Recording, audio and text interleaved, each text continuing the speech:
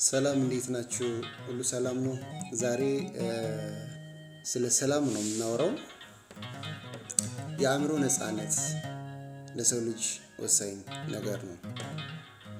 አእምሮን ከፍርሃት፣ አእምሮን ከጥርጣሬና አእምሮን ከአሉታዊ አስተሳሰብ ነፃ ማውጣት የውስጣዊ ሰላም መሰረት ነው። አእምሮ ለሰው ልጅ ሀብት ነው። ሰው ልጅ ብዙ ሀብቶች አሉ። ገንዘብ አለ፣ እንደዚሁም ደግሞ ሌላ ቁሳቁስ አለ።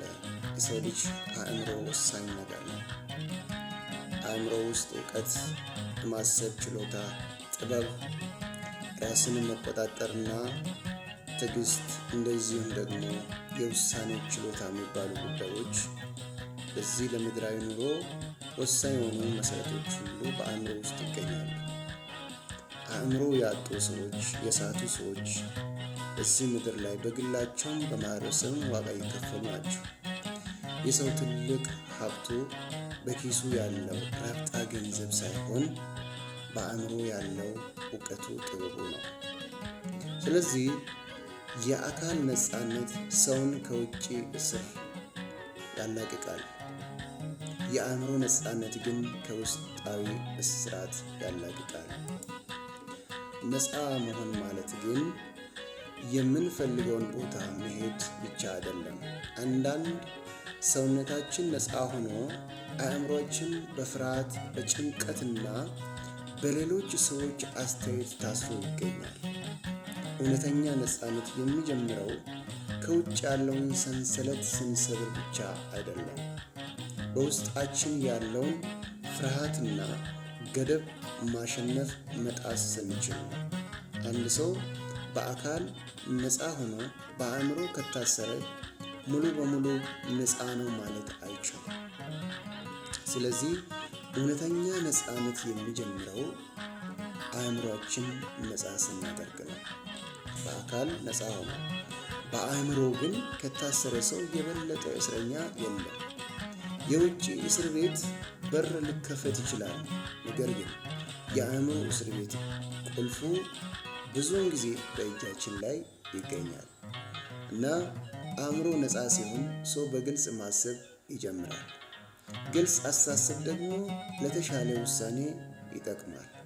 የተሻለ ውሳኔ ግጭትንና የሚያባብሱ ምላሾችን ይቀንሳል። ስለዚህ ከግል ሕይወት እስከ ማህበራዊ ሰላም ድረስ የውስጥ ሰላም ተጽዕኖ አለው።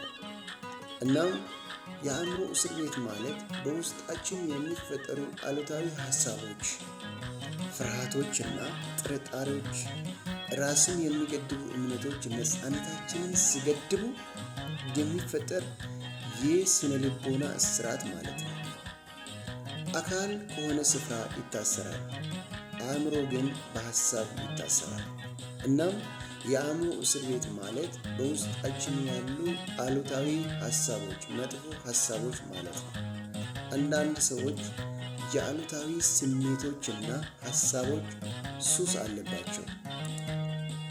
የአእምሮ እስር ቤት መቆለፊያዎችም አሉ። አንደኛው ፍርሃት፣ አልችልም የሚሉ ውስጣዊ ድምፆች በውስጣችን የሚሰሙ፣ ጥርጣሬ፣ የራስን አቅም በተደጋጋሚ መጠራጠር፣ ትላንትን ሽንፈት የዛሬ እውነት አድርጎ መውሰድ። ሌላኛው አሉታዊ እምነት። ይሄ ማለት ስለ ራሳችንና ስለ ዓለም ጠንካራ ገደቦችን መፍጠር። እነዚህ የአእምሮ እስር ቤት መቆለፊያዎች ናቸው። አስተሳሰባችንን ስንቀይር የምንሰማውን፣ የምንሰራውንና የምናገኘውን ውጤት ለመቀየር እድል ይሰጠናል። አንዳንድ ጊዜ የራሳችን እስረኛ እንሆናለን። የውጭ ኃይል ሳይገድበን ውስጣዊ ፍርሃትና ጥርጣሬ ራዕያችንን ሊገድብ ይችላል። እናም ሰዎች ምን ይሉኛል፣ እንደገና እንዳልሳሳት እና ሁኔታው አይቀየርም፣ አልሞክረውም የሚሉ ነገሮች አንዳንድ ጊዜ የራሳችን እስረኛ ያደርጉናል። እና ከአእምሮ እስር ቤት እንዴት ነፃ እንወጣለን ካላችሁ፣ ሀሳባችንን መለየት፣ የምናስበው ሁሉ እውነት እንዳልሆነ መገንዘብ፣ በውስጥ ሀሳባችንን መጠየቅ። ይህ ሀሳብ መረጃ አለ ወይ? ያለፈውን በመማሪያነት መጠቀም፣ በአሁኑ ጊዜ ላይ መመስረት። እና ትንሽ እርምጃ መጀመር። የብዙ ሺህ ኪሎ ሜትር ጉዞ ከአንድ እርምጃ እንደሚጀምረው በሕይወታችንም ለውጥ እንደዛ ጉዞ ይደረጋል። አእምሮ ባላስፈላጊ ሀሳቦች ሲጨናነቅ ትኩረት ይበተንብናል። ክፍት ቦታ መፍጠር ሀሳብን ማጥፋት ሳይሆን ሀሳብን ለመምረጥ ቦታ መፍጠር ማለት ነው እና በአእምሮ ውስጥ ክፍት ቦታ መፍጠር አስፈላጊ ነው። አእምሮ ነፃነት፣ ውስጣዊ ሰላምና ማህበራዊ ሰላም አንድ ላይ የተያዙ ጉዳዮች ናቸው።